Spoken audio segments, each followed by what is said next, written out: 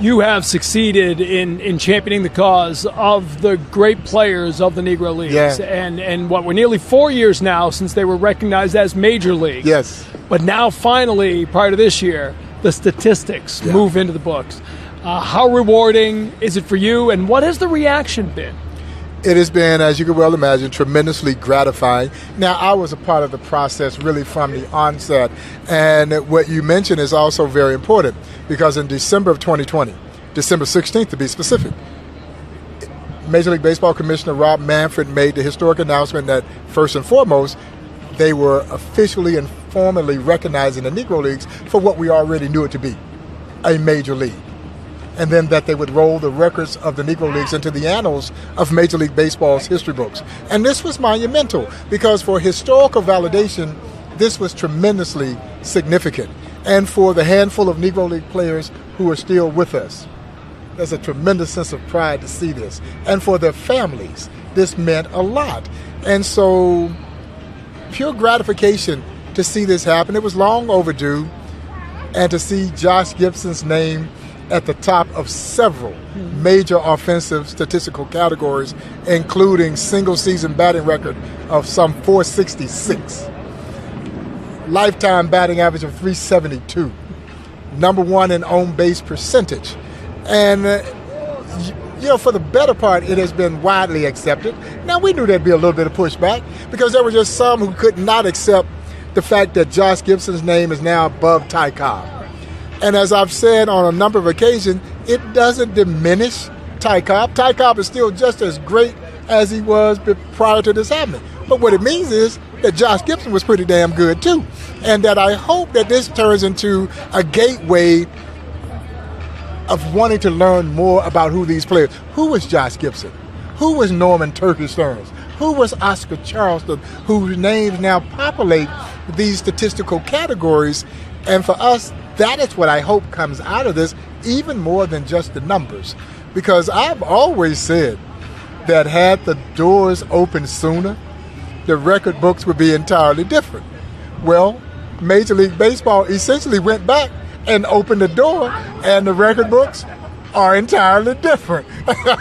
and to be clear, not an easy process, right? I mean, I've been to the museum a couple times. Anyone who's been to the museum sees so much of it was barnstorming, so much of it was impromptu tours, right? That was how they got. You can't just go count every barnstorming. No, I game. wish they could have. Yeah, well. And in some ways, they should have. Because, as I remind folks, they didn't ask to play in the Negro Leagues. They had to play in the Negro Leagues.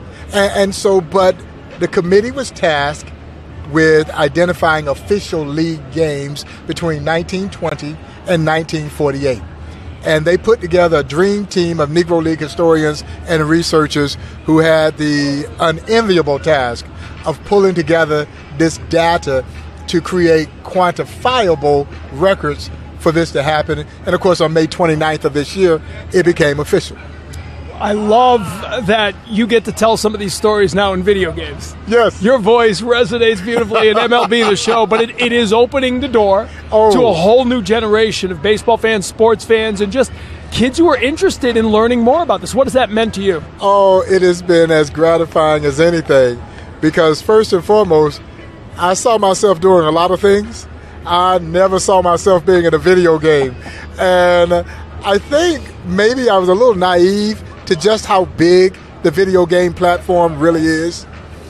And man, I am watching kids come into the museum with their parents. They want to come to the museum because they saw the museum in the video game. And they're looking for the guy who was telling the stories in the video game. And the fact that they are rattling off this information, whether it's about Satchel Paige or Martin DeHigo, Jackie Robinson, but Jackie as a member of the Kansas City Monarchs, Rube Foster, now Josh Gibson, Buck Leonard, these guys over the last 2 years who have been introduced through the video game. It is by far one of the biggest things this museum has ever done, because you're right, we're talking millions upon millions of young people and young adults who are not only learning about the Negro Leagues, man, they're falling in love with the Negro Leagues. And I got kids coming and they want to throw the b-ball like Satchel throws the b-ball. So they go out to baseball practice and they're telling them, oh, I'm throwing the b-ball. And they're telling each other about what they're learning. But when you can create an experience, and that's what we've done. We went to them where they were, the mode and medium in which they were engaging. As I've oftentimes said, how do you bring the Negro Leagues to life? You put them in a video game. The battle's not over, to be clear. No, I mean, no. You know, I remember somebody saying, well, so they've succeeded in getting recognition, which they have, which is great. But the history of what these men went through still needs to be told, and you're doing a great job telling it. We don't want that to be lost, because to baseball's credit, you'll see those names without any asterisk, without any reference that they played in the Negro Leagues. Now, you might see the team they played with, and that may open your eyes to want to say, okay, well, who the heck were the Homestead Grays? Who are the Kansas City Monarchs? But it is also important to go back to something I said earlier, that they had to play in a Negro Leagues. Because there was a time in this country where people of color could not play in the major leagues. But out of that ugliness came this wonderful story known as the Negro Leagues. As I've oftentimes said, based on one simple principle: you won't let me play with you in the major leagues, then I'll create a league of my own. And what a league it was. We used to run a video, and it was narrated by the great voice of former CNN anchorman, the late Bernard Shaw. And in the video he says, you might say that the Negro Leagues were so good that they put themselves out of business.